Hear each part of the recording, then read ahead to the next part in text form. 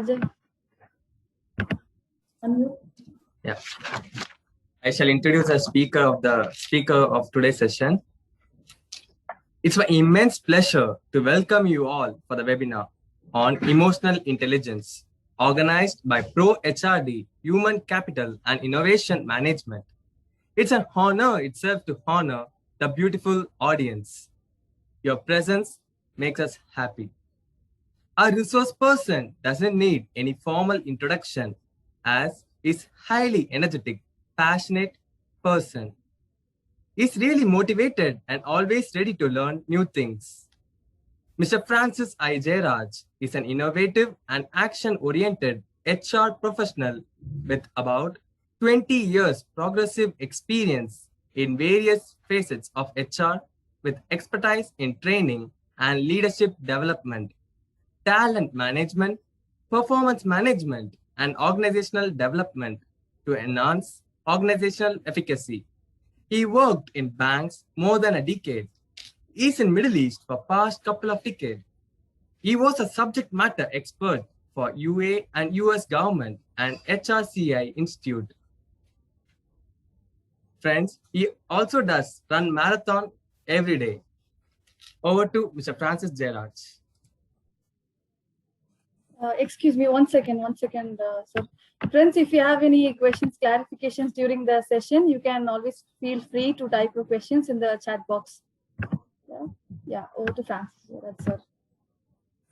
Very good evening. A warm welcome. I welcome you all, and I see people from Muscat and Dubai and Chennai and Tamil Nadu and Kuwait and Mumbai, everywhere. So I am really delighted to be here. So let us start the session. Okay. Am I audible? Yes, sir. Okay.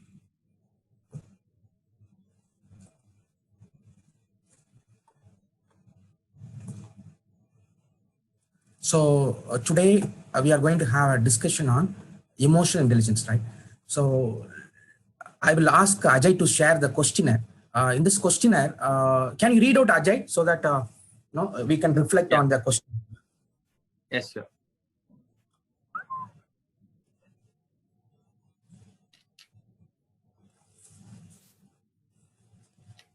Describe your temperament with 3 adjectives. Choose the ones that describes you best. Suggest 3 adjectives. Yeah, you want me to share the screen? Yeah, share the screen better. Yeah, okay.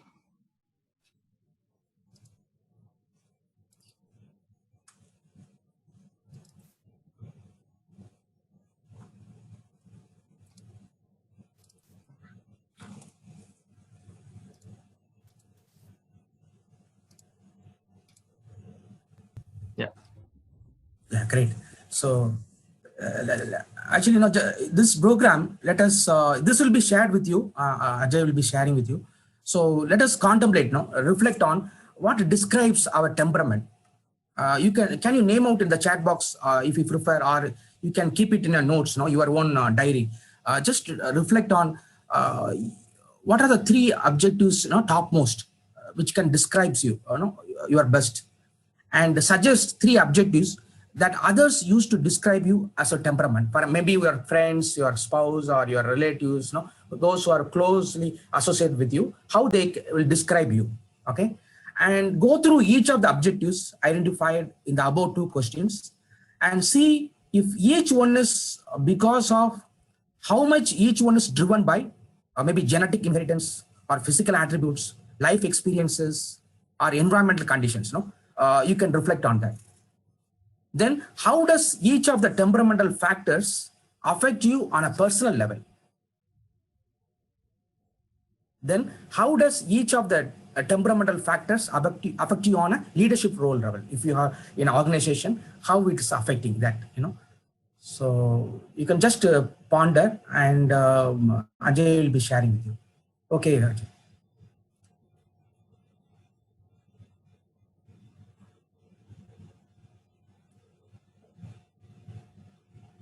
Okay, shall we proceed? Okay.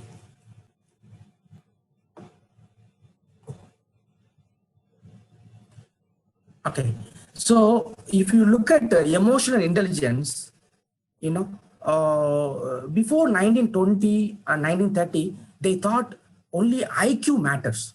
IQ, intelligent quotient matters. When the selection process in the military or in the corporate sectors, everywhere we go, they assess you what is your IQ level. But then the recent thinking is that IQ doesn't help, to determine the success. So what matters a lot is EQ. IQ is contributing only 20%, but the rest of them all matters a lot. So that if you put together, that gives you success. Am I audible? Is it visible, the screen, Ajay? Yes. Yes. Yes. Yes, sir. So now the topic of today is actually emotional intelligence.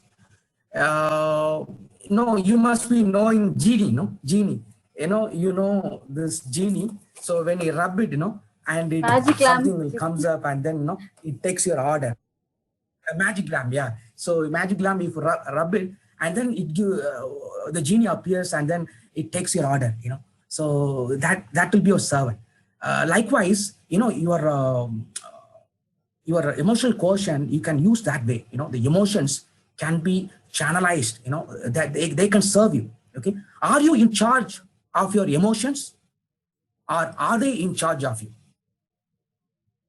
Most people are slaves. Sorry, sir. Ah. Sometimes Yeah, please. emotions Yep. will play a very vital role because it takes us into it. Sometimes we should know how to control our emotions so that we can think wisely. Because of emotion, over emotions, we may be able to take a wrong decisions also sometimes. It's my experience in it. Brilliant. Now this is a good start actually. We provoked you in a right way, and we'll be going through the incidents wherein the emotions led people into disaster.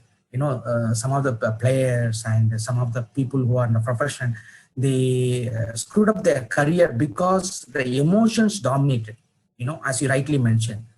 So most people are slaves, or at least servants, to their emotions. We are, as you rightly said, Udaya ma'am, actually, we are serving as slaves to the emotions. Sometimes we are giving up, opening ourselves. That's a very good observation. And that doesn't necessarily mean that emotions are always big, like a genie, it's overpowering us. It is not that way.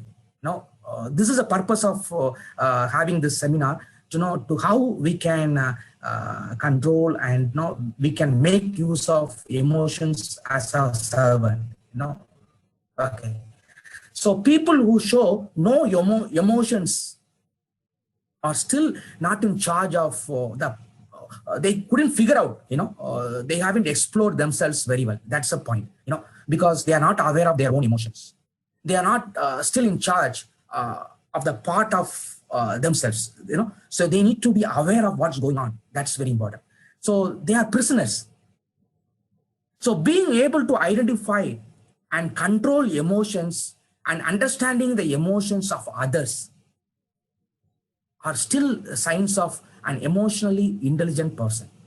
This is all going to determine how effectively I am aware of myself, and how am I aware of Ajay and Udaya, your feelings. If I am sensitive to your feelings and your emotions, then I can rate myself, okay, moderate or excellent. Okay, so we will have some questionnaire also, during the session, and you can do a self-assessment. I'll be sharing with you a questionnaire link so that you can assess yourself where you are standing. Okay, that's going to be a part of our program. So in the last few decades, if you see, emotional intelligence has become just an important, is being considered like an IQ. Earlier, whatever the importance given to IQ, nowadays the companies are started giving importance for the EQ. It comes to predicting the success in a career and relationships. It helps you a lot as an overall person. It's helping you. So that's why I put it here. IQ plus emotional quotient, EQ, is together contributing to the success. So in 1995 issue, Daniel Goleman, we call him Dan, that's a nickname based on his book Emotional Intelligence, was initially studied in 1920s during the IQ movement. He was observing, and it's called social intelligence. And when the researchers testing the intelligence, they realized that IQ did not capture all of a person's potential. That's a shortcoming for the IQ. So they did the research, and then they looked at why people who are smart, excellent in academic area, they are failing in their career or in their professional life and personal life. Then they did research, and then they realized something else is contributing. Then they started digging about the emotional quotient, but then the psychologists, they suppressed because they don't want this emotional quotient to come up, emerge, because they consider that's a very sacred, IQ.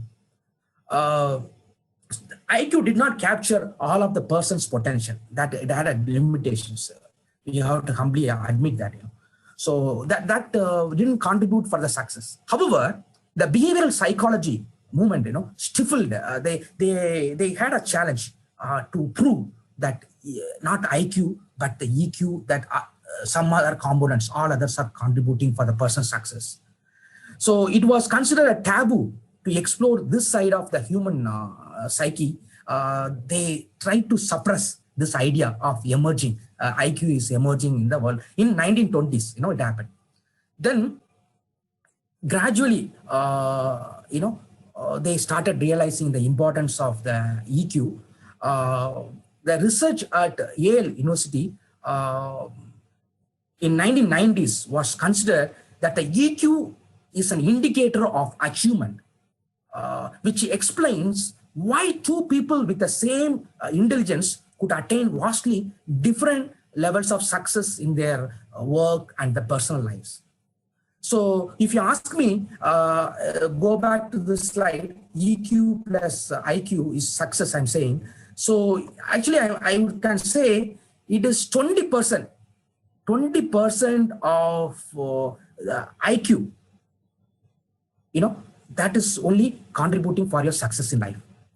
Emotional intelligence, social class, and sometimes luck, all the other components are contributing the rest of the 80%. So I don't know how you take this word luck. I define myself, it may not be in the dictionary. My own definition for luck is you have to labor under correct knowledge. LUCK, right? I took it as abbreviation. It's my own definition, labor under correct knowledge. So you are able to do a smart thing and a right thing at the right time, then you are probably, by default, you will be landing in a good opportunity. That's my definition. So emotional intelligence, you got it right. What I'm making is 20% only IQ is contributing. The rest of the 80% is something else. So don't we give importance for this topic, such an important topic.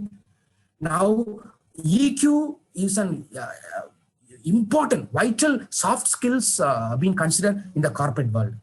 There are tests being assessed, how effectively your EQ, based on that they are taking they're considering you. Because you would have noticed some of the HR leaders, they say we hire for attitude, they not for aptitude, your skills.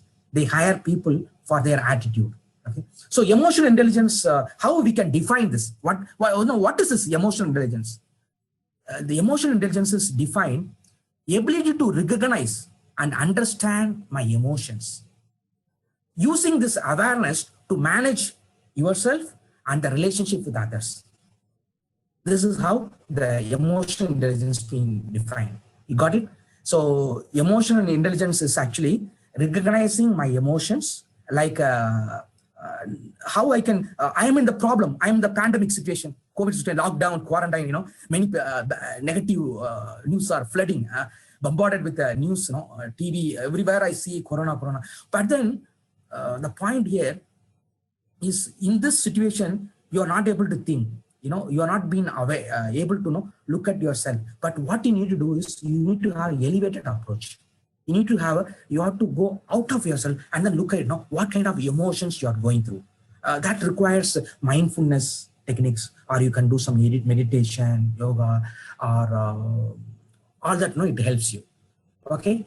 And shall we do having said that, how many participants are there? I don't know, we reached around beyond 50. So I may ask before getting into those topic, the critical components of the emotional intelligence, just relax yourself, just relax, because so much of negativity is going on, and take a deep breath.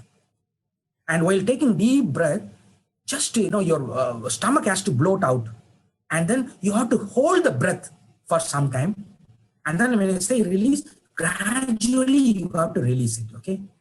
And we'll do 3 times, and then later on after the course, you can make it as a habit. Every day you can practice for 8 times or 10 times. It's very good pranayama. You can practice. Okay, just relax and open your arms like this, and then just gently be gentle with yourself. Take a normal breath.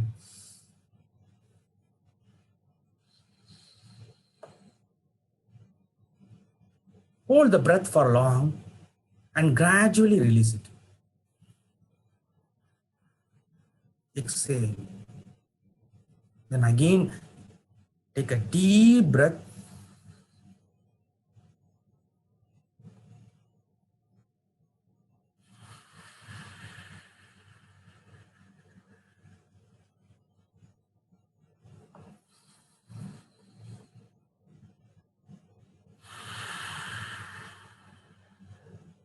Okay, I think you had a, how did you feel? You can raise your thumbs up.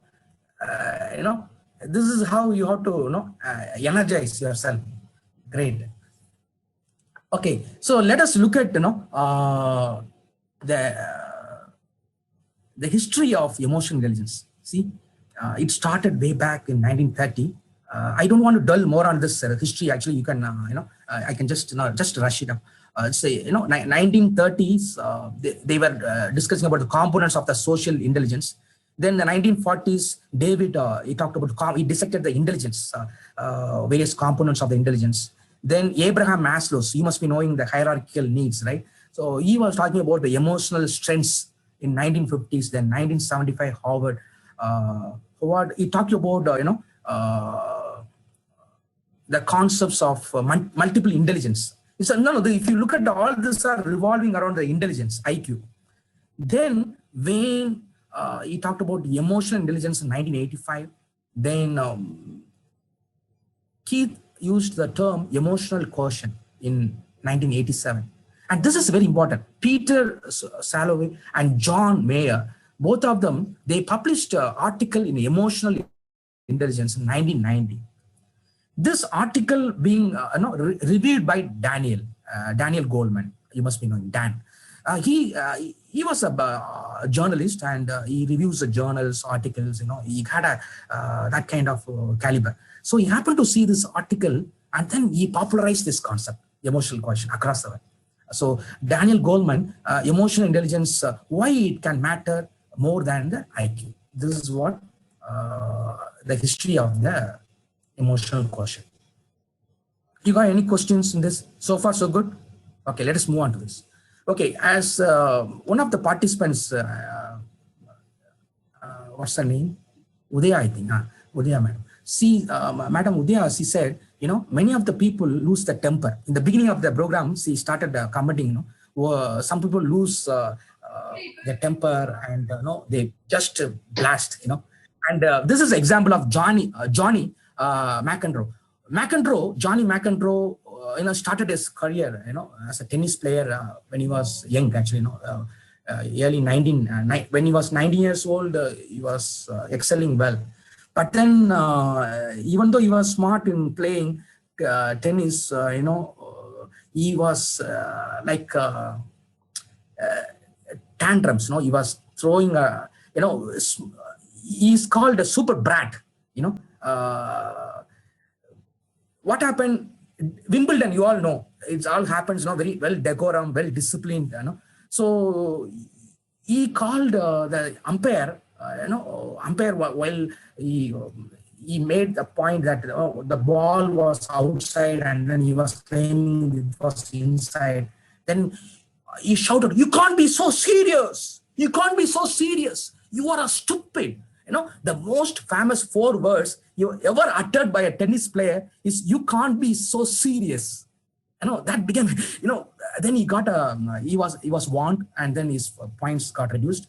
Again, he called for another umpire, and then they said, he yelled at the other umpire that, "No, stupid man, you can't be so foolish like this." Like that, he was showing tantrums. And when he became, when he retired and he started writing an autobiography, he was dwelling upon, "You can't be so serious." You quoted this, whatever he mentioned out of emotional outburst, and he mentioned this in his autobiography. Now he is reflecting. But then the umpire was Edward James. Till now, he didn't apologize for whatever he did, whatever he did. But his name got screwed up in the market. Likewise, you must be knowing Ganguly. Ganguly, you see, he removed his shirt and was running around, And then, the Mike Tyson. Mike Tyson bite Holyfield's ear, right? Yeah. Then there are many incidents. I would like to narrate a story. What happened? A girl, around 12 to 13 years old girl, they had a very lovely family. The parents were going out.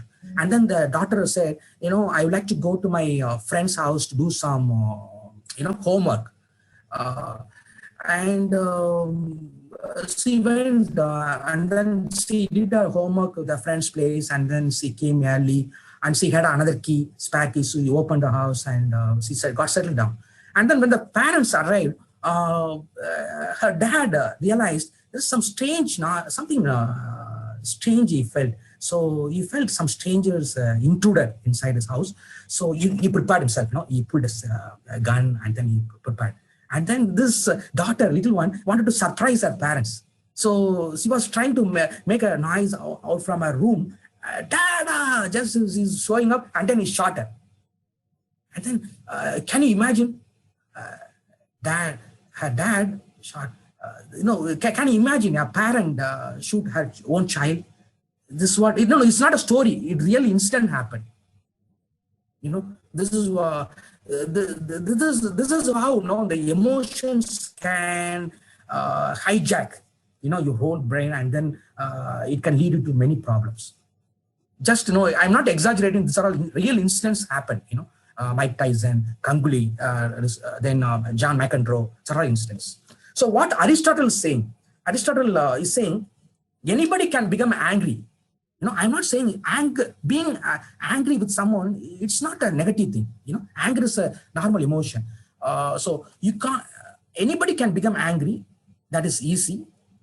But to be angry with the right person and to the right degree and at the right time and for the right purpose, the context in which and in the right way, that is not within everybody's power, and it's not easy. See how beautifully put. So here we have to admit, being anger with someone, it is not a negative thing. But how you are channelizing, directing the anger to someone in the right time, at the right purpose, in the right way, that matters a lot. Oh, Francis, sir, your voice is breaking. Voice is breaking? No, it's clear, ma'am. It's clear? Okay, now It's clear. Yeah, No, now no, it's clear only. It's clear one. It's clear, no problem. It's a connectivity issue. Okay, it's just to give me a, please, I appreciate if you have any difficulty, please raise alarm so that I can fix, if I could, whatever way I can make a fixing, I can do, I'll do. No, you're Okay. good to go, sir. There's no disturbance at all. You're good to go. Okay.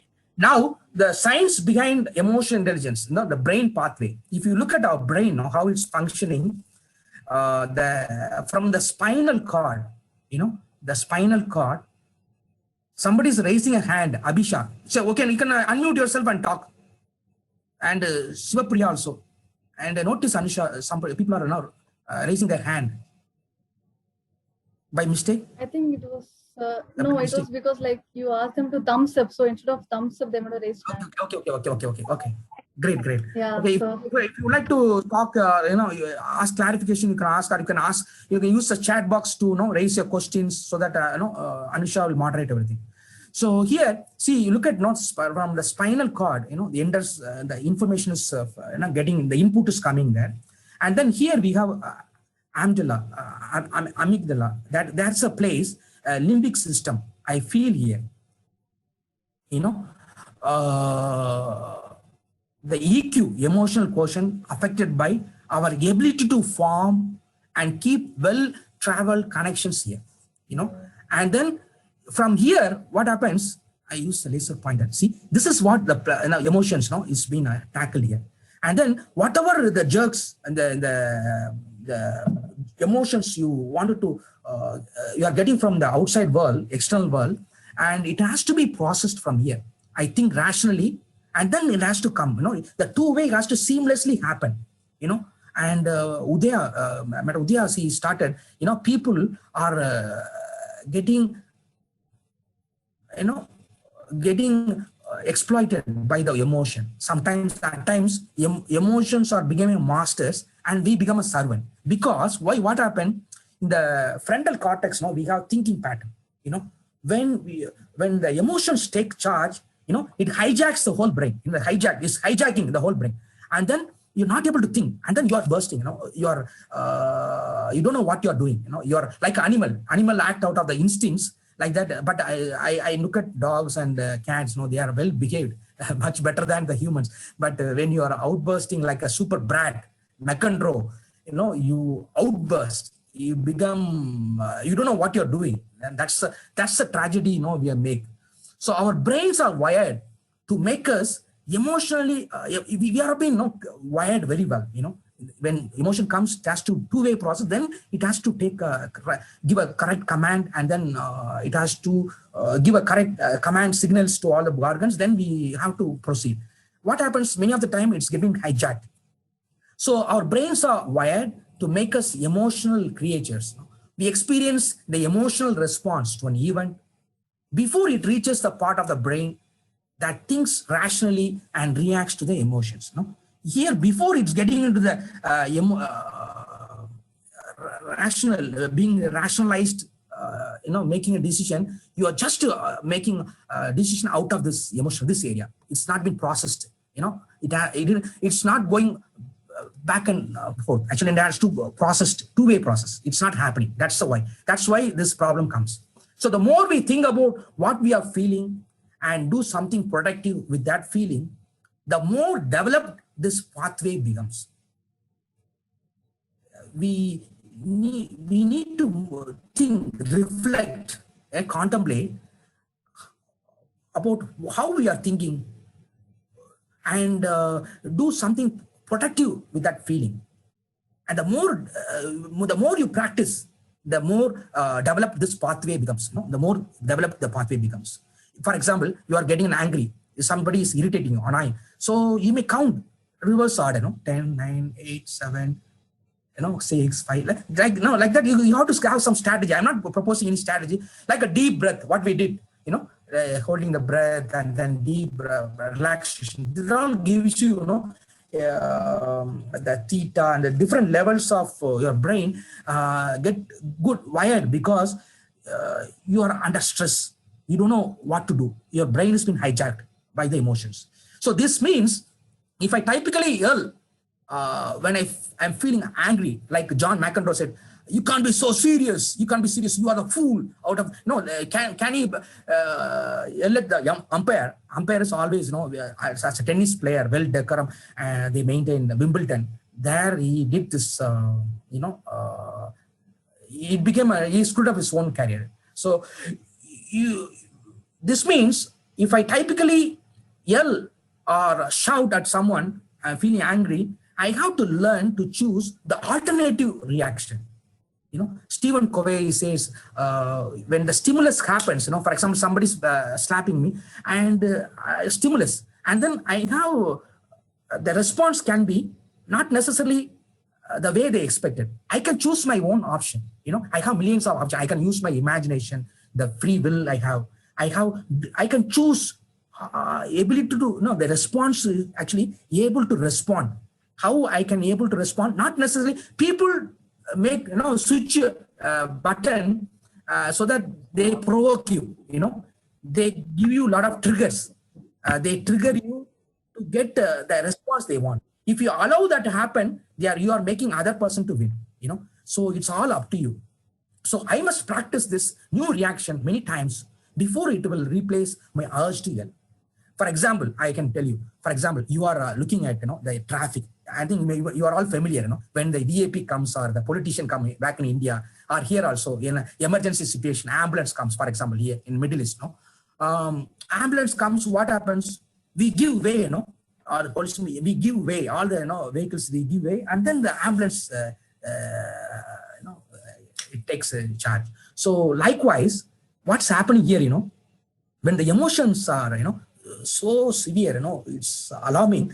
That times, it's not going backward. It's not able to think rationally, and it's acting out of impulse, emotions, like how the ambulance has been given way, to proceed like that. All these are not subdued. It's not working properly. So the emotions are being hijacked. Okay.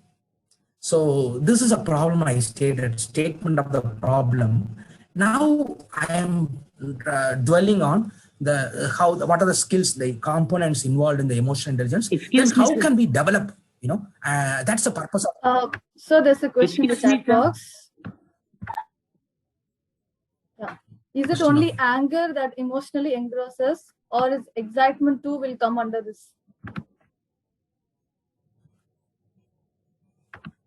Actually, excitement, for example, is a good question. Actually, there are six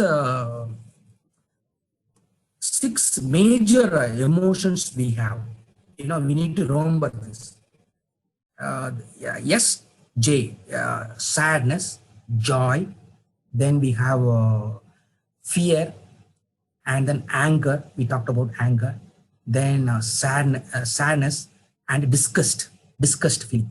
So I'm going to talk about this in the coming slides, where we are having the emotional wheels. In the emotional wheel, I'll be addressing this.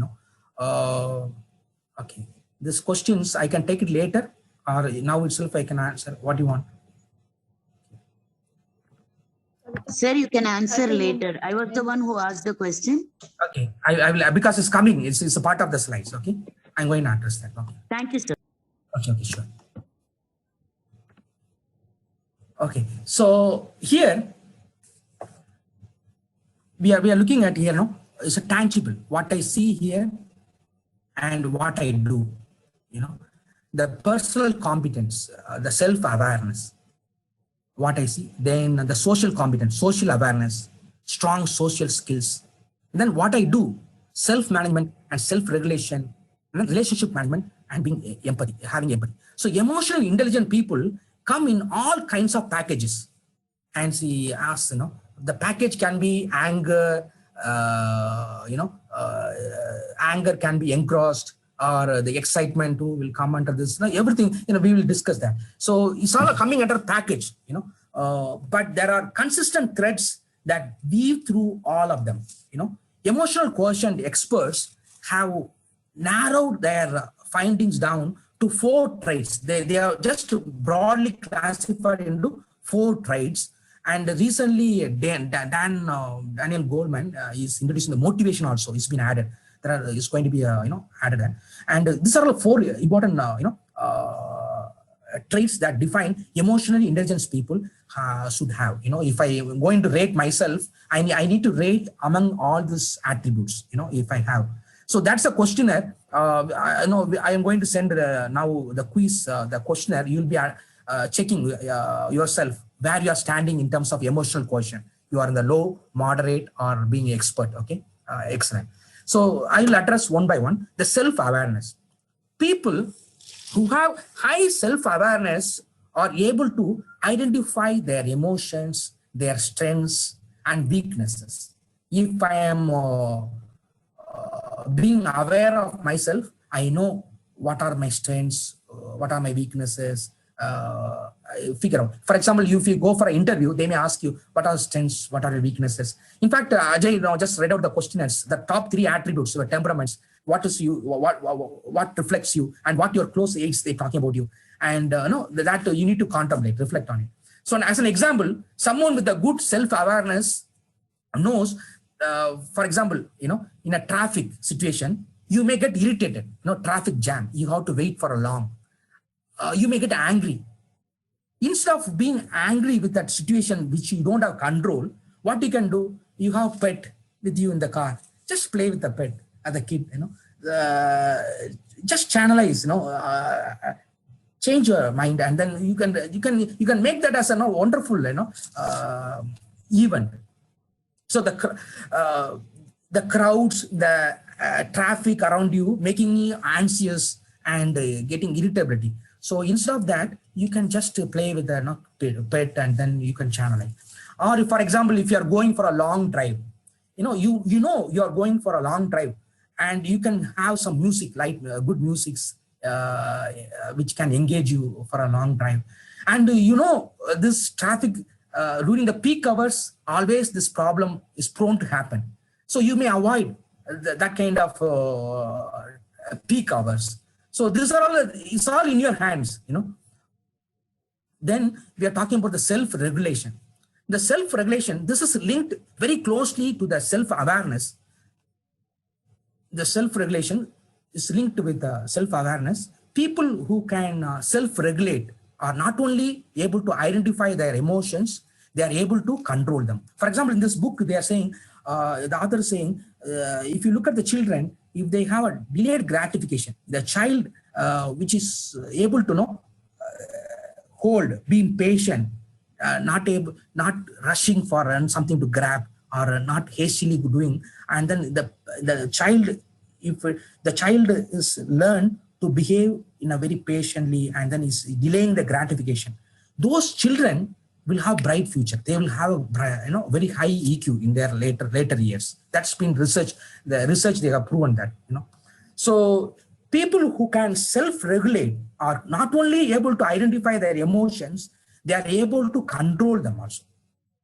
Continuing with the traffic example, as I told you, a person knows that they get angry in the traffic. They can take care to avoid the rush hours, or you can play your favorite musics, and you can enjoy a jolly ride you can have. So they think through the situations with their emotions are charged, and so that they don't make reckless choices. What they make, it's all up to you. Then we are talking about the empathy. What is empathy? Empathy is actually looking at the problem, how the problem is being perceived from other person's perspective. You're putting yourself in other person's shoes, and first you have to remove a shoe and then look at how the other person look at the problem. There is a difference between sympathy and empathy. So in addition to understanding their own emotions, people with the high EQ, emotional quotient people, understand the emotions of others. It's very important. They're able to figure out other people's emotions and hold back the negative judgments, and they try to feel with others how others are feeling. If you are having more empathy, means you try to sense what's going on the other person. Maybe the person's tone of voice is going up and down. So you can ask questions. Is there anything bother you? Something you can clarify, or you can observe through the body language. 80% of the communication happens. Observation of body language. You can sign. You can see that. We will be discussing later. So it allows the people to from very different background and with very different experiences to unite and be significantly less centered. Okay. Then strong social skills. Here we are talking about high EQ to coincide with good social skills. People with a high emotional quotient are able to navigate a variety of social environments, work well with others, and resolve the disagreements. Good communication, it's a huge part of the social skills, and involves active listening, remembering correctly what you're saying. I have to pay attention to what you're saying. most of the time, if you see, you observe yourself, some people talk about some issue. Oh, this has happened to me also. Before we could listen, we just try to not talk. That we need to control. We try to be a good listener. That's very important. So active listening, remembering correctly what people are saying, or you can paraphrase what you're saying, and you have to understand the facial expressions and the body language. It's all matters. You can improve all that. So let me post some questions are there.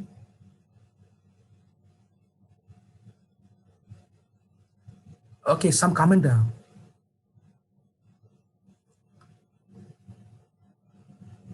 Okay, now I'm going to post a couple of questionnaire. Okay, so be spontaneous in your answer while you're answering. If you're, this is going to be anonymous. No, you only know your score. You not necessarily you have to post it in the group, and be spontaneous in the given situation. How you react, how you react. Okay, this is a chat box. I'm going to put a couple of questionnaire. You can just click that and then start answering the questions. Okay, you can start answering the questions. Okay.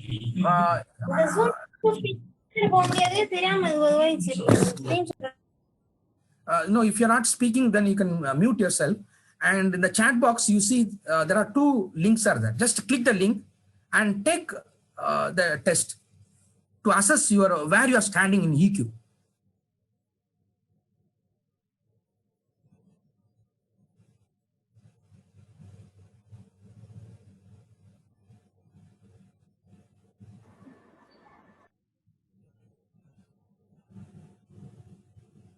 How emotionally intelligent are you? Emotional intelligence can play a role in life success. So how can we assess ourselves?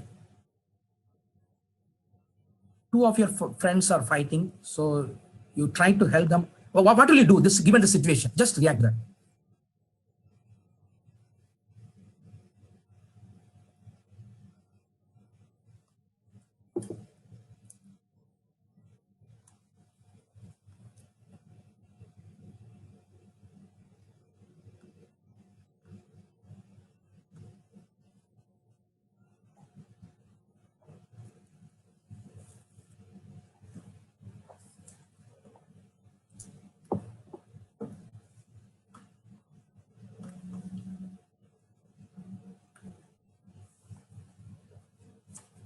Hello?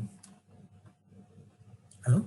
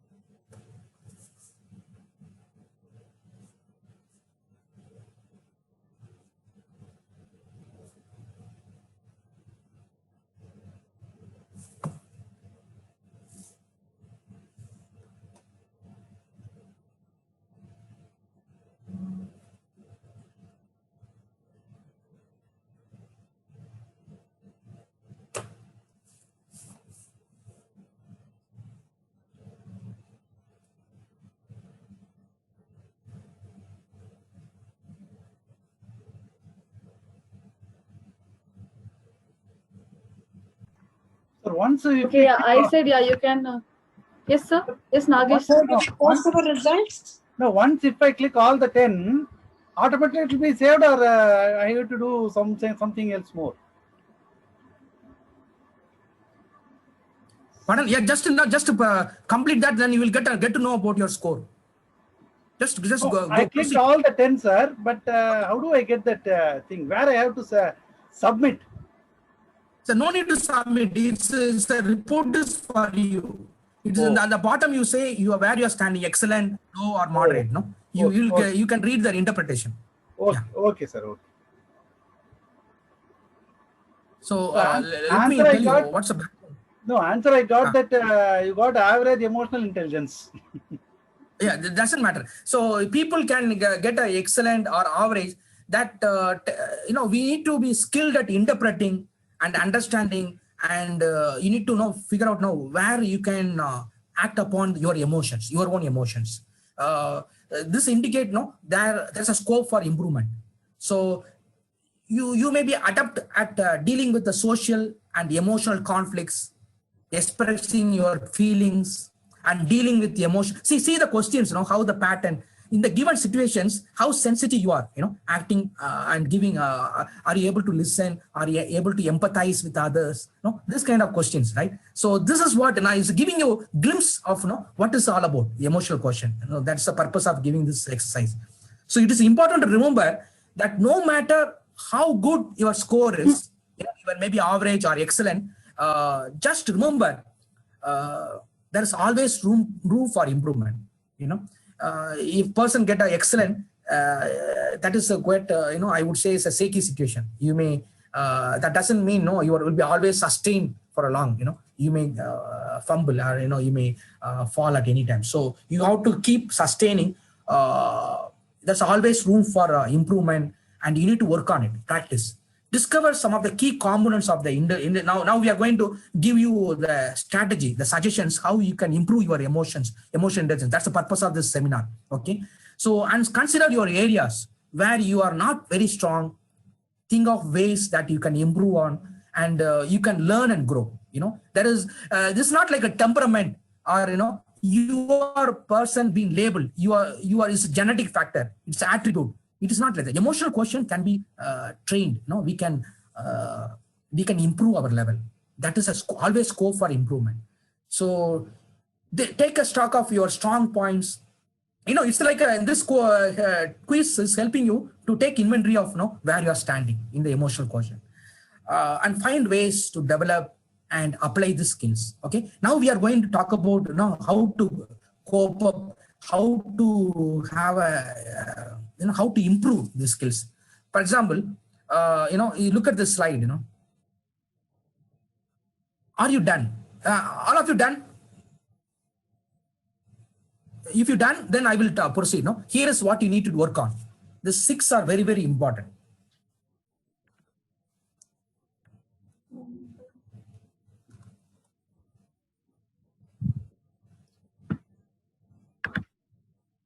Now, if you haven't done the test, don't worry. You can do it later. You can still gain a lot of the following. Yes, sir. We are done, sir. Sir, just go one slide back, sir. So, yeah, okay, sure. One slide back you go. Friends, we will send the PPT to you PPT in the WhatsApp group. Okay, ma'am. Okay, thank you. So if you improve yourself in these 6 areas, the 6 areas are very important. If you are able to improve yourself in the 6 areas, you are guaranteed to find a fulfillment in your life. Okay, ask yourself. Use the emotional laser pointer. Ask yourself how you deal with stress and what actions lead to creating that tension. Remind yourself of the negative thoughts that connected to those situations. Take a good look at yourselves and assess whether they truly represent who you are. Is it hard for you to share your feelings and express, a need to others, express your needs to others? Is it hard for you to share your feelings? Some people find it difficult. They keep it in themselves. They may be, they may not be having good social skills. It's very difficult. So you need to reflect on, assess where you are acting like a shoulder to cry on for everyone, or if you take the strong silent stance. The problem with today's world, we are all bystanders. We just observe, we don't take any action. We have to speak up. At a time when warranted, somebody's bullying or somebody's making joke out of it, then you have to speak up. That's very important, openly, so that you can bring a change. So think of the top 3 things you enjoy most about your life. That's a questionnaire we've been, temperament questionnaire. It's been asked. So you need to reflect on it. Are the 3 things that make you go on, so to speak, you get engrossed with that kind of, activity. You are passionate about doing it. So those things you need to figure out. So if you're able to improve these 6, items, you are guaranteed to fulfillment of in your life. Not only that, but you will definitely reach your true potential in anything you want to achieve in your life. In the late 19th century, the American psychologist and the philosopher William James put forth an important idea you need to remember. He explained that people very much limited to themselves. According to them, what they perceive, they can do. Don't you agree, Udaya and Mr. Nagesh sir? You are being a teacher. People who are students. They label themselves. This is what I can do, sir. I cannot go beyond stretch. I cannot stretch beyond that, sir. Without ever drawing from endless potential, we remain trapped in our cells. We are putting ourselves. We are living in a shells. Okay, much like a person who are paralyzed. Can move their finger barely. One finger, like that. They like a paralyzed person. You are like that. Cycling. We have put our shells around ourselves. We are limiting ourselves. That's the point. Okay, next one. Okay, so we did a research and then we found out, these are the emotional quotient. People with the middle level, supervisors, managers, they have high EQ. But whereas the top level C-level C-suite executives, they have moderate blend of EQ with the job title. So the high EQ is also not precursor to a life of success and riches. This indicates that if you have a high EQ, that doesn't guarantee that you will have success in life and everything will go on smoothly, happy life. Don't take it for granted. So unlike what many high profile publications have printed, someone with a high EQ is not necessarily going to be successful in their life. There are countless factors we need to consider play that will explore. That's been explained in this book. EQ is just one of them. Okay, there are many other factors also. Why does any of this matters? Why we need to know? That's a big question that this book is aimed to answer. With all the research on emotions and emotional intelligence, things are very clear. How smart someone is doesn't matter how much, unless they are also in touch with their emotions and those of others. I may be very good in my academic. I'm a scholar. I'm a gold medalist. I am academic wise. For example, in a company, what happened? I just give you an example. MD is calling for a meeting, and there are managers, from production head and maintenance head, quality head, HR, finance, all are sitting in the table. And MD is asking, what's happening in our production is going deep. That's a slump in the production. And the production manager is just making comment casually, that water filter is not working properly. So the workers are pissed off. They are not producing well. And then maintenance manager got a shock of his life. Oh my God. He's not giving an answer related to production and he's just telling water cooler issue and then putting blame on me. He took it very emotionally, this maintenance manager. But then that production head said very casually, the incident happened very casually. Later on, what happened, doing the year-end appraisal, this production manager got a promotion, whereas the maintenance manager remained same level. Why? When we analyze the situation, this maintenance manager had a good track record academic wise. He had a gold medalist.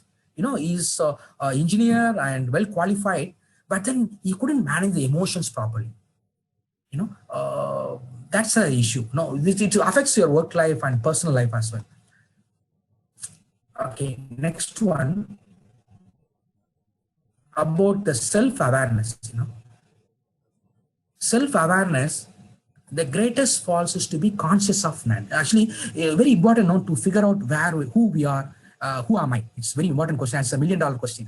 Everyone is figuring out, who am I? So you're able to accurately perceive your own emotions and stay aware of your emotions as they happen. Keep on top of. Somebody's asking question. Keep on top of. You please carry on. Okay. So you have to.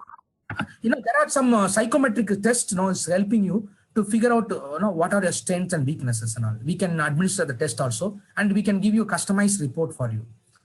to figure out, if you are really interested in knowing about yourself, we can help you out. So know thyself, see yourself for who you are, what you can think and feel, watch your emotions, like the hawk, like an eagle view. You have the elevated approach. What are signs? For example, I may get butterflies in my stomach, I may get as sweating a lot, and what else? Do a fight or flight situation. I get some palpitation. Things like you may have some kind of unusual thing going on in your life, body. So you have to observe yourself, what's going on. Track and backtrack your emotions is very in a difficult conversation or meeting. Learn your tendency in emotionally arousing situations, in an antagonistic situation. How you handle and conflict emerge. How you handle. Use paired sharing, peer or supervisor. Own your actions. Take full responsibility of what you are saying and what you are doing. This is very important. So psychological signs can be thoughts speed up, mind goes blank, sometimes blackout, feeling hot, feeling numb, heartbeats increase, muscle tension, tunnel vision, tightness in throat, tingling, not a corona, tightness in the throat, tingling or trembling or shaking, all that, you go through. So you need to be aware of what's going on. Then self-management, ability to use, awareness of your emotions to stay flexible and positively direct your behavior, channelize your behavior. You have to practice managing your emotional reactions to all situations and all people. So what are the triggers that make you want to blow an emotional gasket? I told you, Ganguly, Mike Tyson, he bite other person's ears. Why it happened, John? They behave weird manner. Why? What are your emotional triggers? What are some of the emotional triggers of clients, your family members, or your stakeholders in the company? And do you know the emotional triggers of your stakeholders, how they react? They press some button and then you react. Many times we fall into trap ourselves.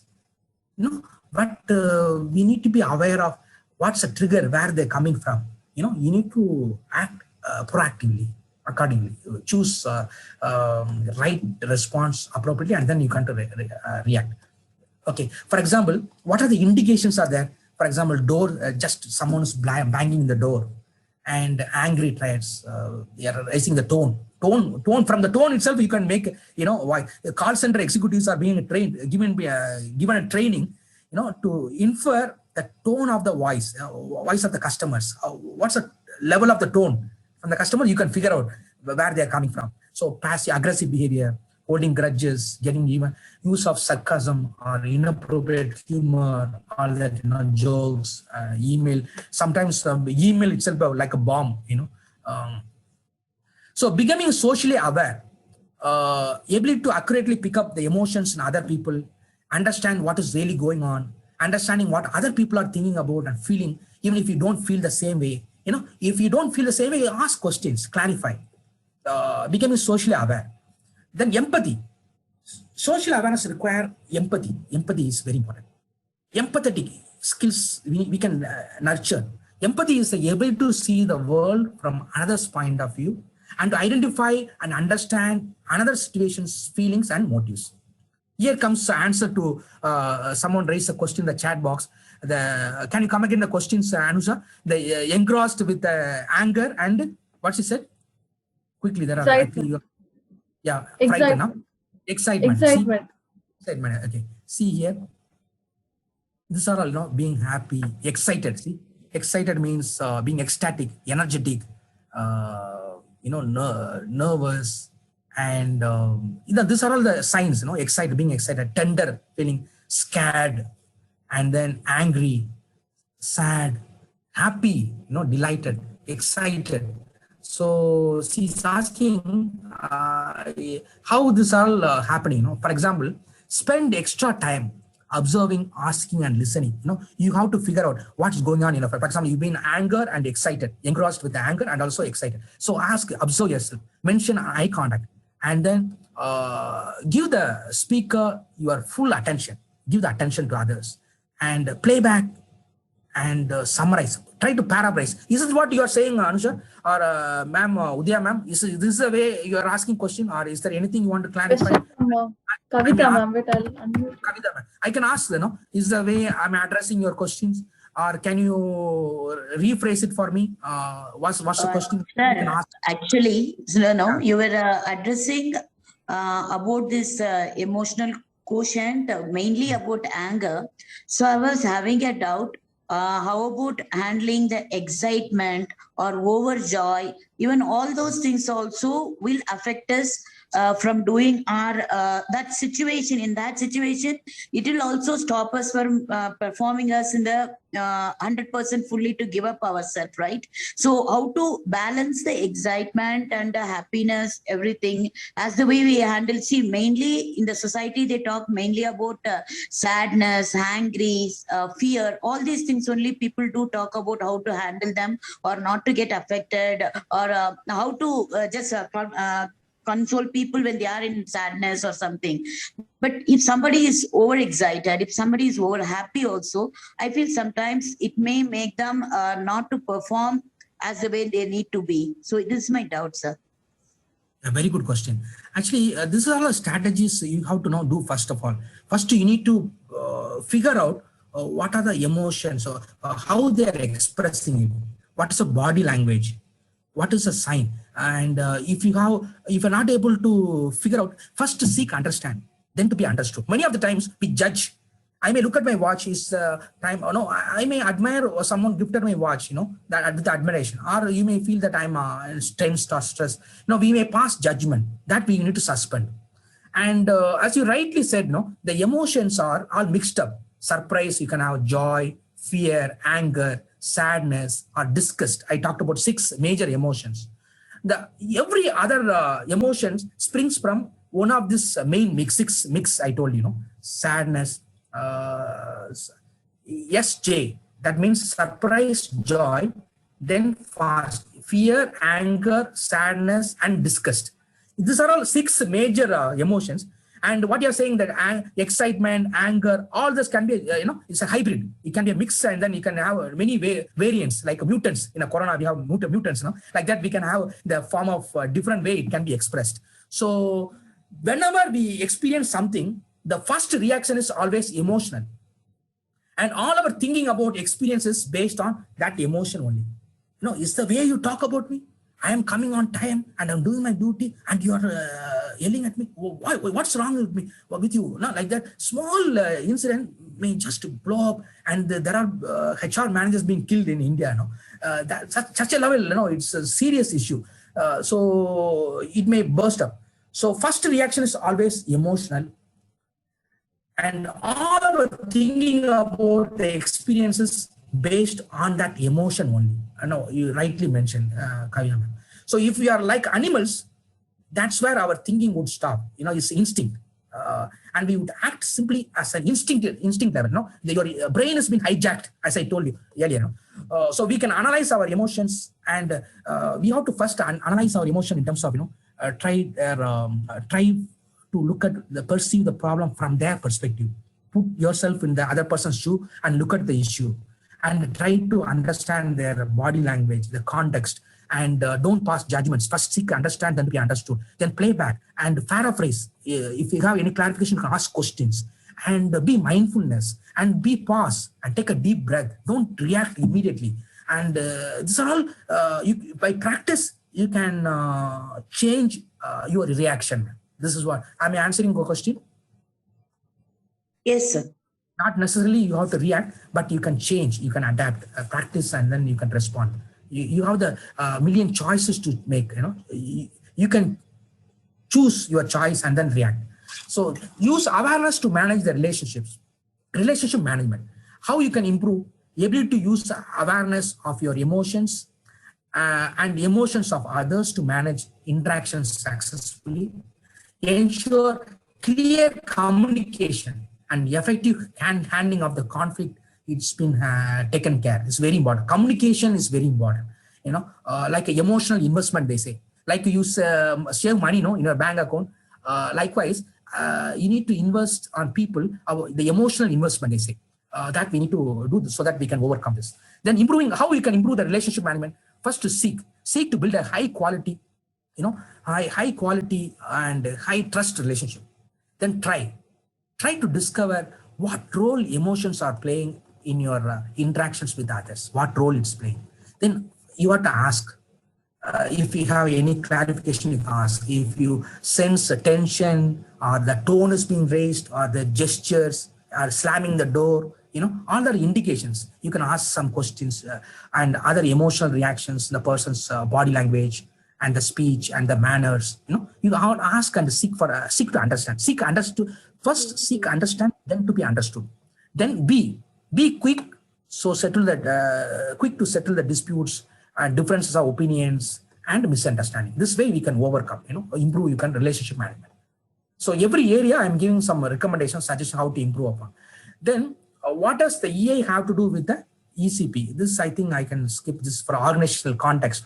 The competencies, social competence, how we can improve. For example, self-awareness, able to accurately perceive your emotions, stay aware of your emotions as they happen, keep on top of how you tend to respond to specific situations and people. This way we can improve, nurture your self-awareness. Self-management, able to use awareness of your emotions and stay flexible and be positively direct your behaviors, managing your emotional reactions to all the situations and people.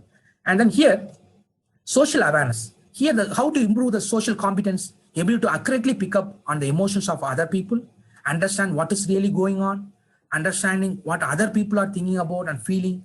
If you don't feel that same way, you can ask clarification and then clarify. Then the relationship management, use awareness of your emotions and the emotions of others and manage the interaction successfully. Ensure a clear communication and you have effectively manage the conflicts. So we are talking about now we need to give importance for empathy. You need to relationship management. What is a fundamental to any relationship is low trust is very important. Trust as a foundation. Do you think that low EA supervisors or managers or others could be correlated to employee concerns? These are all you need to figure out. What is the relationship? Where the problems are coming in? Is it related to relationship management or the social awareness? Then you can make a recommendation and improve upon.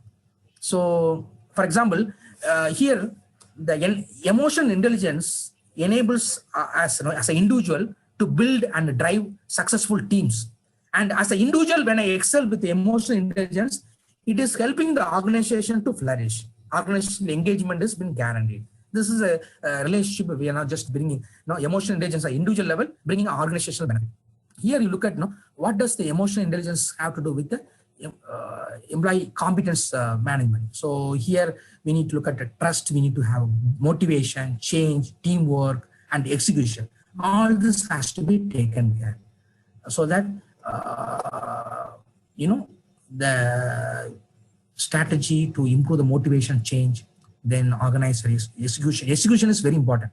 Okay. And then as a stakeholder engagement in a company organizational context, you need to balance your contractors, regulators, direct reports. You have management, clients and executives, all levels. Okay. So here the final thoughts is the last slide. We are on time. If your emotional abilities are not in hand, if you don't have self-awareness, if you are not able to manage your distressing emotions, if you cannot have empathy, then no matter how smart you are not going to get very far. See, emotional intelligence. You have any questions you can ask, man.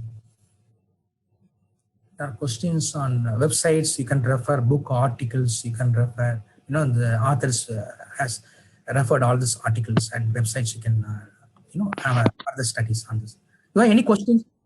Yes, sir. Nisha, ma'am. Go ahead. May I? Thank you, Anisha, ma'am. Sir, you told us to ask the questions in the middle of a conflict to make the other person clear. Yeah.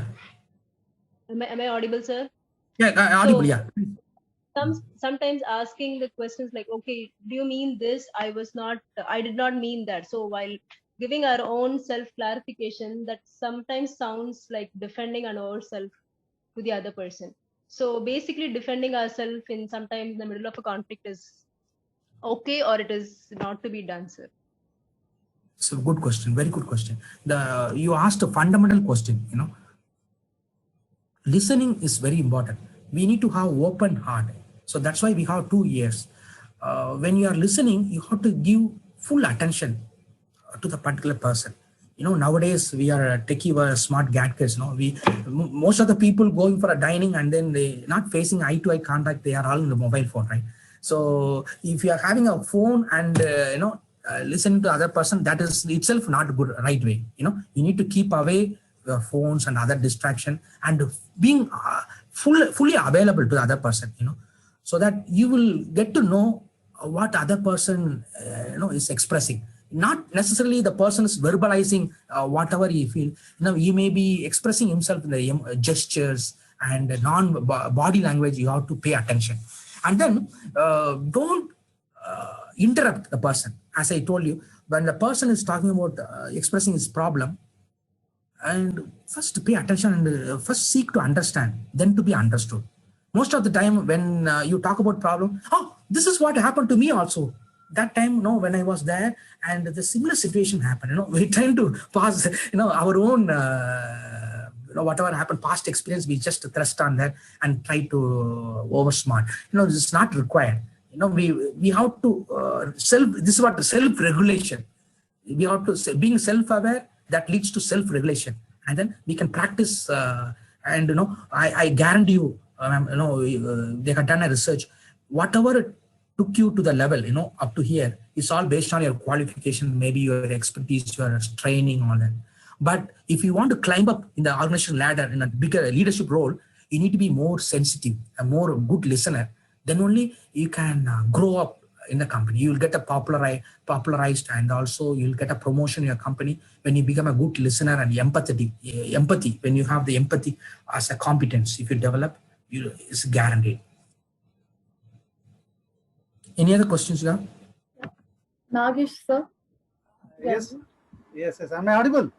Yeah, audible. Yes, Yeah. Sir, actually, really nicely what you pointed out for the previous answer. But that emotions which is coming automatically and it's going automatically, which we cannot rely upon one particular emotion on a particular time, which is going to be happen. No, it is according to the situation, according to the context, we get that emotions, and based on the situation only we react on that, isn't it? Yeah, correct. So then, how far we need to accustom to that situation, sir? For example, if we get that anger, any repeated question, if the children asked, if somebody asks about repeatedly the same question, even though we are responding, if they repeatedly they ask, so how to react on that one? Yeah, actually, no, it's a question related to creating a system. This problems are happening. It has happened before, and you can have a system to take care of it. Not necessarily as a person you need to respond to this, being a reactive. You can proactively you can, for example, you can communicate well in advance, or the frequently asked questions from the students, so that you can give us a handbook or a guidance, or you can write it down, or as a manual you can give, or a notes, in a staple manner you can give. This is a question, frequently asked questions you can give. So that way you can avoid this kind of problem. And also you may have in a room, in a class, there are people who are excelling in their studies. You can assign a leader within the group, form a subgroups, form a team, and then you can assign people who are smart. They can be a mentor and assign the mentees around them, so that your job, get much of the problem get nullified, and you don't bog down to all the details. You can be catered to delegate these issues to other people or leaders. This can be done, and these are all the situation can be worked out by creating a system. The system, how you can build system based on your trend. Well, you have the experience, expertise for being a teacher for many years. You may know what is a prevalent, what's the predominant factors normally happens. So for that, you create a system, all that will be dispelled. So the the problem what you are saying and the escalating is now the context. The context, as you rightly said, sir, we don't have control over what's happening around us. That's a circle of influence and circle of concern. There are circle of concern talking about whether or today some political election or something happening, so is class is not we have public holidays being declared. We don't have any say on that. So we need to focus on what is the circle of influence that has to be expanded, and that will dispel the circle of concern. Am I clear, sir? You have to work around what you can influence. That circle you need to expand so that the circle of concern will get nullified. Thank you, sir. Now, Janaki ma'am. Friends, I hope you are all there in the WhatsApp group. The certificate link will be sent in the end of the meeting, so you can fill that and then leave the meeting. Thank you. Okay. Yeah, now Janaki ma'am. Yeah, good evening, sir. Good evening, sir. Good evening. My question is about the family situation, because family itself is a place where lot of emotions are compressed, right? So in this pandemic situation, how to help the children to understand their emotions and how we can understand and control their emotions? This is my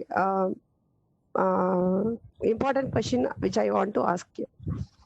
How to handle their emotions? Yeah, ma'am, actually, you need to figure out your children what they're passionate about doing it.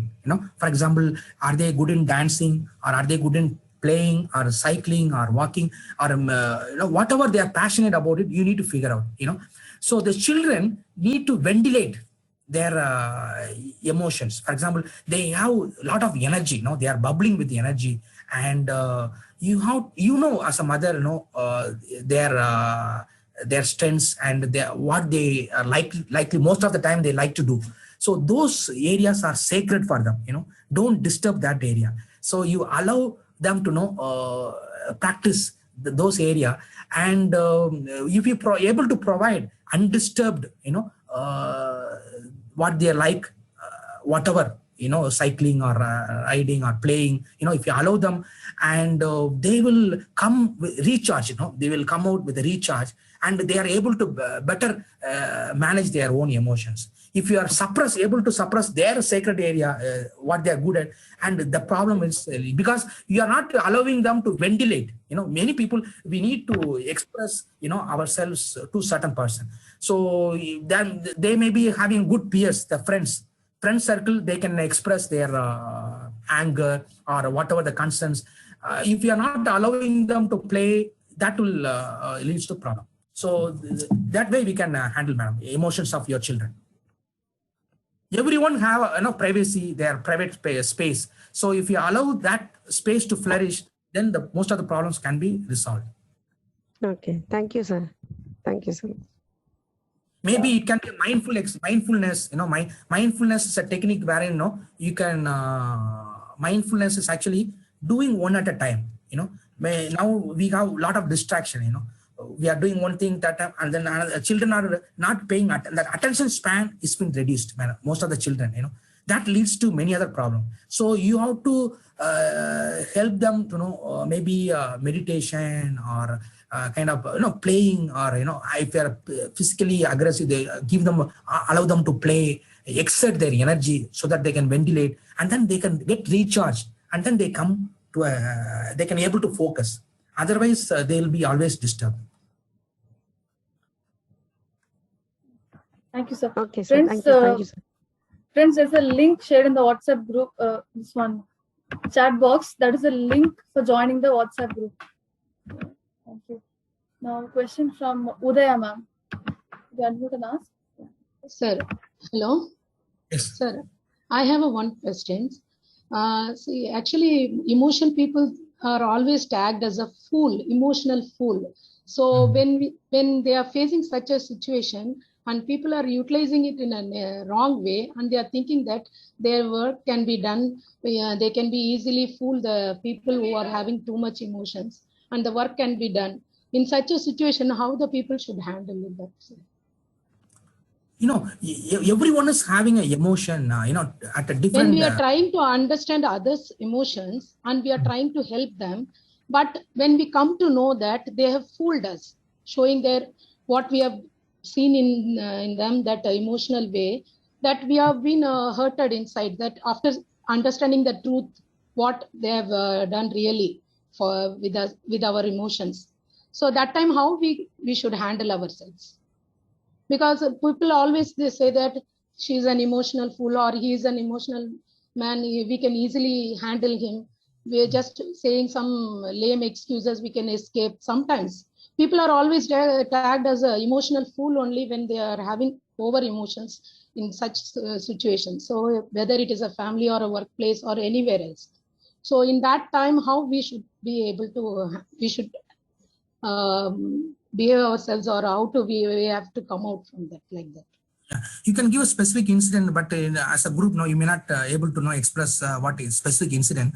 But generically, I can tell you, ma'am, you are addressing your question.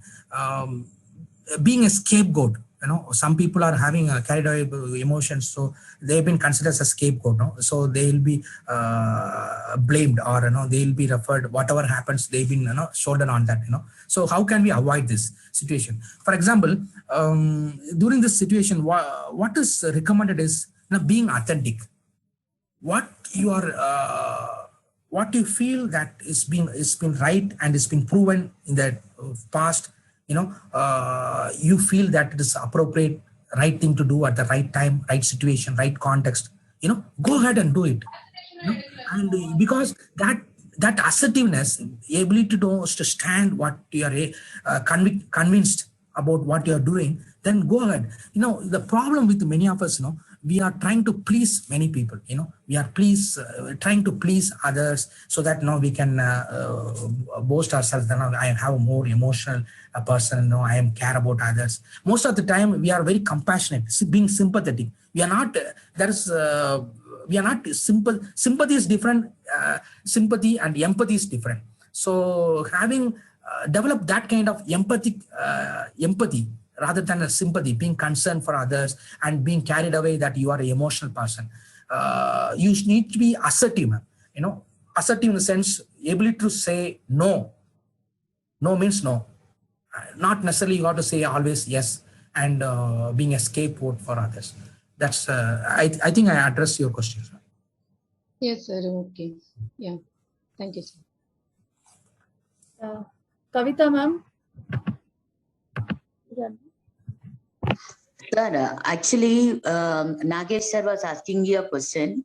I feel in that, see, generally, most of the times, in our emotions, if repeatedly, if a student is asking, I may get irritated, but if my boss is asking or my principal is asking, where I control my emotions and I do answer those questions. So when I suppress that, I do channelize it, and I need a vent out where the people can hear me, or just they bear with me. I just go and yell with them. So rather than suppressing it, on the specific moment itself, letting go itself will be a right thing. Not getting annoyed based on the hierarchy of the relationships, or where we can vent out or where we cannot vent out. These things are mainly playing games in our life. That's what I feel, so, sir. I agree with you. They did a research in Americans, and also the research proves that we live. When we are at home, we think about the work. In the work, we are carried away by the what's going on at home. We are not able to being present to the particular. We able to focus, being truly available to where we are. That is the one constraint we have, ma'am. And also, the point what you are making is actually the Nagesh sir also. The principal is saying something. He is using his power.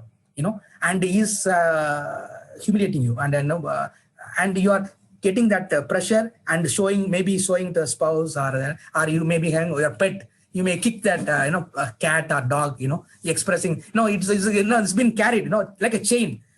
Principal is doing something and I'm coming home and I'm kicking out my dog and then I'm slamming the door. All this are, it's bound to happen. The research proves that we are carried away with this kind of heavy loads, packages we are carrying. What we can do mindfulness programs, mindfulness since being, maybe it can be a yoga or meditation, taking a pranayama, or running, or going for taking a fresh air, go out for a walk and do whatever suits you. I'm not recommending anything.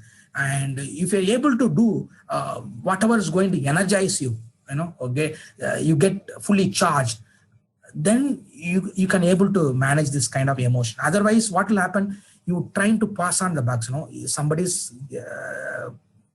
putting a lot of pressure and then you're throwing that pressure to someone else and then that person will show the other person. So we cannot break this chain. So in order to break the chain, we need to get back to the mindfulness and the yoga, and also whatever you are being passionate about, you can do it, man. Find your, what we earlier we had a ikigai. So find your ikigai and that will solve most of the problem. Okay. Thank you, sir. Gayatri, ma'am. Yeah, hello, sir. Earlier, in the beginning, we were talking about 3 different categories, like the setting, like how do I give adjective personally with friends, and then in a family setting, what are all the adjectives I get, and in an office setting and all. I wanted to throw more light on it because there has to be a role play in every setting. And in a kind of in an office setting, if you are sincere, if you are very kind of empowered, the same thing at family, you may be labeled as a perfectionist, you may be labeled as a demanding parent or something like that. And a cheerful person can be like a attention seeking person. So the label differs in each of the 3 settings. So why exactly did you categorize them? And what is the purpose of the balance or the different kind of a role play, kind of a strategic planning for the emotional quotient is needed. I want a little more knowledge in this area, sir, please. Super. Very good. Actually, this question, very good question. Now, I am a person, Jairaj. I am here at home. I'm exhibiting my behavior in one way, and in a workplace, I am wearing another mask. Not a face mask, but another. I am hiding myself. I am projecting myself in a different way, and in a club or in a party, and different area and different person. Having a different caps. Okay, so this caps we are wearing, for a different occasions. It's very difficult. So that's why this questionnaire has been designed in such a way. We need to have a social mirror. Every time we look at mirror and then how I'm looking, we do. So likewise, I ask my close aides, my family members, my friends, they may able to give me, which I am not aware of. I may think that, no, this is so good. I may talk some language which is not appropriate, but my friend can say, oh, what language, what you're using, man, this is not appropriate. So I may get some mirror image. That's a purpose. So my friends, my family members who are in the primary circle, they can go give me some reflect, which I am not aware of. I am aware, I know certain extent, but there are areas I don't know. Others know something that will give me a truth. There are some areas I don't know, others don't know. That's another area, quadrant. So that area I need to work on how I can do it by meditation, by exploring myself, self-realization. That may leads to self-actualization. But this technique is, I think you got it, no? I know certain area, but I don't know certain dark area. Other persons will highlight, no? They are giving a mirroring, social mirror, I get. That's the purpose. So that I can correct myself, so that I can improve my social relationship. Okay, with that, I think. Yeah, it's time also. Yes, sir. Thank you. I got it. Yeah, thank you so much. Maybe we can just go for the last question since the hand is raised. Then see. Done. So this will be the last question for the day. Yeah. Yes, good evening, Mr. Francis. How are you? Yeah, Hello? fine, Mr. Vinci. How are you, You're sir? audible? You're audible? Please I'm go ahead. audible? Yeah, audible. Yeah. Yeah. Actually, this is the last Yes, question. Actually, you have whatever I wanted to ask you. Most of the questions are answered. You know, so since I'm the last person, it was very great to have you. You know, whatever you have explained to me, I really understood. The first thing which I understood is what you said is right. Seek first to understand, then to be understood. You know, this is what I really liked what you said, because the highest form of listening is empathy. You know, the highest form of listening is empathy. If you have empathetic listening, you know, you will solve all your problems. That is a very good point you made. Okay. And also, sometimes I feel like 10% of our life is made of what happens to us. You know, what happens to us. 90% of our life is made how we react. Absolutely. So, yeah. Based on that. Yeah. And then there was one question one lady was asking. I wanted to ask the same question. Then I realized that sometimes we try to prove ourselves, you know, to other people that how good we are. You know, I mean, even if you prove, they don't appreciate. So I think like we don't have to waste our energy and time to convince people to understand you, that determine to misunderstand you. You understand? Yeah, this is what I feel like. You know, if they don't accept you, blow them a kiss goodbye, and move forward in your life. You know. So anyhow, this was a great session, Francis, Mr. Francis, and I got most of my answers through people have asked questions, and thank you very much. Welcome. Thank you. Yes. Yeah, unmute. Anusha, you got unmute. Ajay? Sorry. Yeah, thank you. Thank you, sir. So we end the session.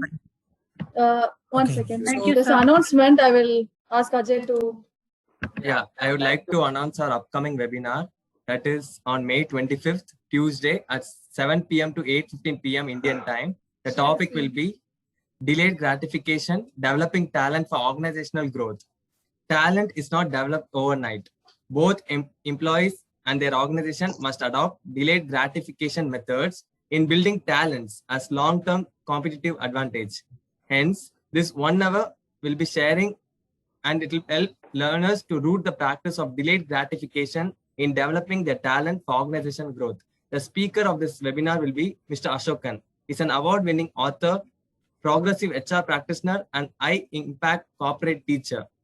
Hope to see you all in the upcoming webinar on Tuesday. Just to comment on what Ajay said, no, the emotional quotient, they did a research among the children.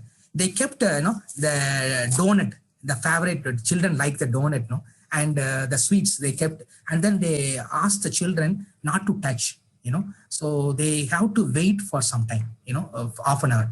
So they observed in a school setting, and then they observed the children, and there are 1 or 2 children, they patiently waited, and rest of them all grabbed, and then they finished it.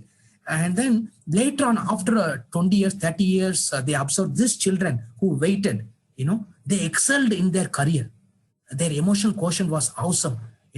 What it indicates, this research, the delayed gratification. I think this is what the author from Malaysia, Mr. Ashokan, he's got a 30 years of experience. He's going to talk about this subject. It's a very relevant topic. Delayed gratification is very important for an emotional quotient. So emotional intelligence as well. So that delayed gratification, how we can gain in organizational context, he's going to talk about it. He got a 30 years of experience, and he's a corporate trainer. And fortunately, we have him as next speaker going to be 25th of May.